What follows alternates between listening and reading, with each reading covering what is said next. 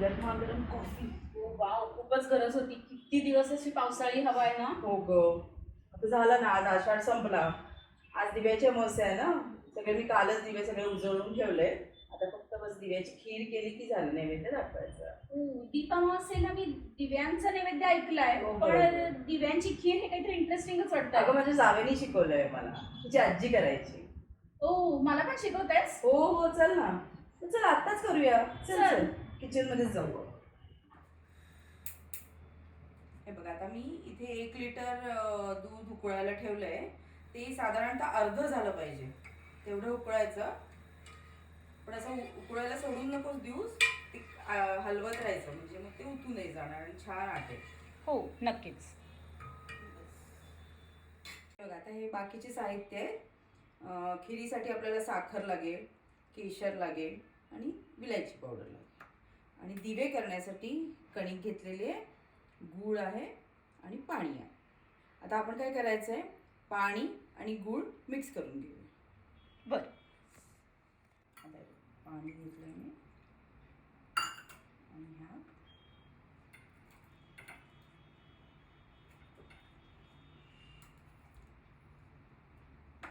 अर्धा वाटी गूळ घेतला, 1 वाटी पाण्यात. आपण हा आता छानपैकी पूर्ण विरघळेपर्यंत मिक्स करून घेऊ. आणि अजून एक म्हणजे, समजा जर त्याची काही मळी वगैरे असेल, काही काही गुळात येते, तर ते फक्त गाळून घ्यायचं कणिक मळायच्या आधी. हो, चालेल. मी हे 1 वाटी कणिक घेतली आहे आणि त्याच्यात आपण हळूहळू हे आता गूळ पाण्यात पूर्ण विरघळलं आहे.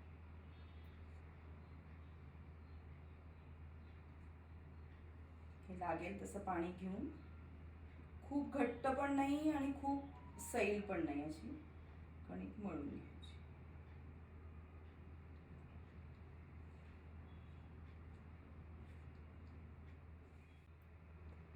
हे बघ, साधारणतः अशी मळून घ्यायची.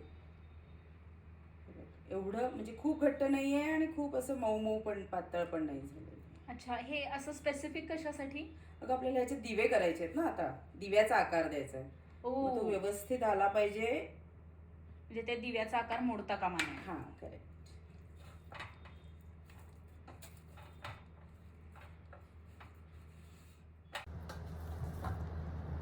आता हे बघ, हे छान मळून झालेलं आहे. मी जरा तुपाचा हात लावला आहे त्याला. आता एक जरा 5-10 मिनटं झाकून ठेवते.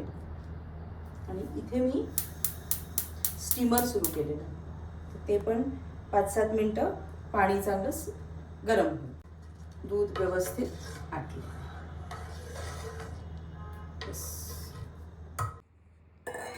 छान आपली कणिक सेट झाली आहे.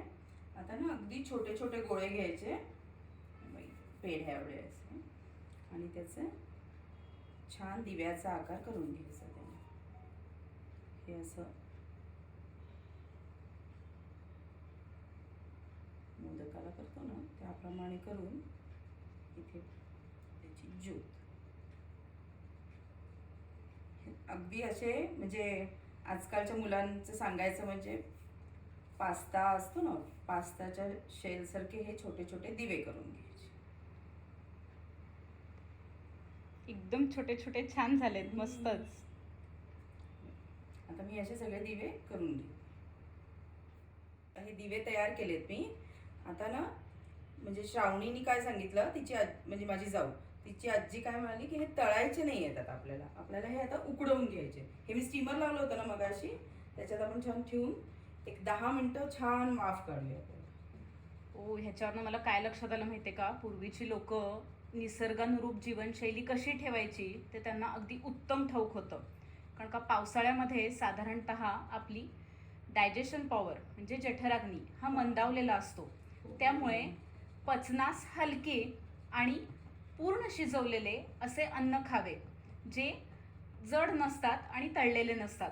म्हणून कदाचित त्या उकडून घेत असाव्यात. या अर्थाचा ना एक श्लोक पण आहे. वर्षासु दीपनीयं च लवणाम्ल च भोजनं युक्तं रुच्चं कटुस्निग्धं भक्षं सुपक्वमपि च. छान दणदणीत वाफ काढूया.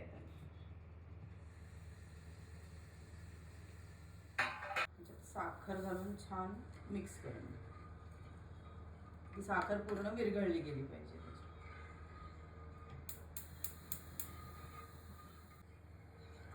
हे बघा, आता दूध ना चांगलं कन्सिस्टन्सी त्याची चांगली आहे. असं अगदी खूप रबडी किंवा असं आपण बासुंदीला करतो ना तसं नाही करायचं, नाही तर मग ते आपण दिवे टाकल्यावर अगदीच त्याचा पास्ताच तयार होईल. हा बरोबर ना.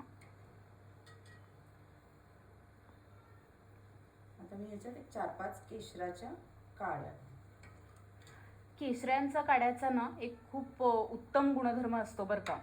कारण का आपल्या शरीरातला जो कफ असतो ना, तो कफ तो कमी करायला मदत करतो. त्यामुळे ह्या हवेला एकदम परफेक्ट. हो, अच्छा. साखर पण चांगली आपली विरघळली गेली आहे.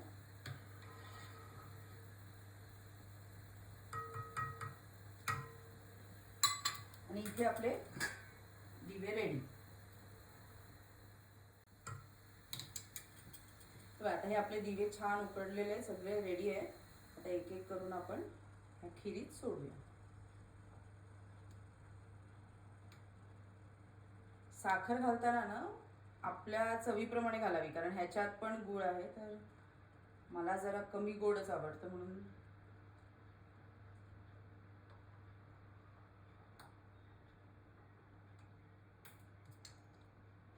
मस्तपैकी तयार झाली आहे. तर थोड्या वेळ एक 2 मिनिटं ह्याच्याबरोबर उकळू देऊया. मस्तच दिसतंय, केशरामुळे एकदम छान रंग आलाय. आता मी काय करते, एक चिमूटभर वेलची पूड ह्याच्यात टाकते आणि लगेचच झाकण लावते. म्हणजे काय होईल की जो वेलची पावडरचा एसेन्स आहे तो छान मस्त खिरीला मिळेल. अरे वा.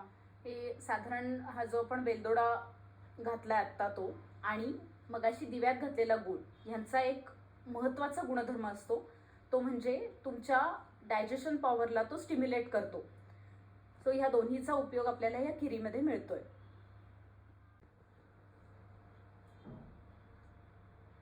चला मानसी, म्हणजे तू डायटिशियन असल्यामुळे ना ह्या पारंपरिकतेला आहारशास्त्राची जोड मिळाली. आता माझ्या नॉलेजमध्ये खरंच खूप भर पडली.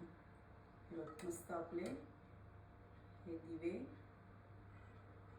छान खिरीत उकळून तयार झालेले.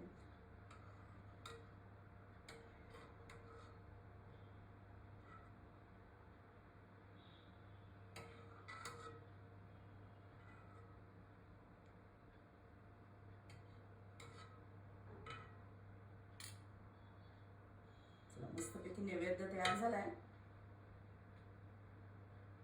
आपण दिव्यांची पूजा करू आणि हा नैवेद्य दाखवूया. मी माझी नेहमीची सवय म्हणून हे कणकेचे दिवे पण केलेलेच आहेत.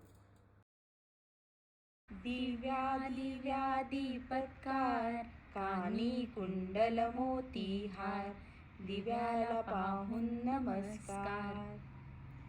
दीप सूर्य अग्निरूपस्त्वं, तेजसं तेज उत्तमं, गृहाणं मत्कृतां पूजां, सर्वकामप्रदो भव, सर्वकामप्रदो भव, सर्वकामप्रदो भव.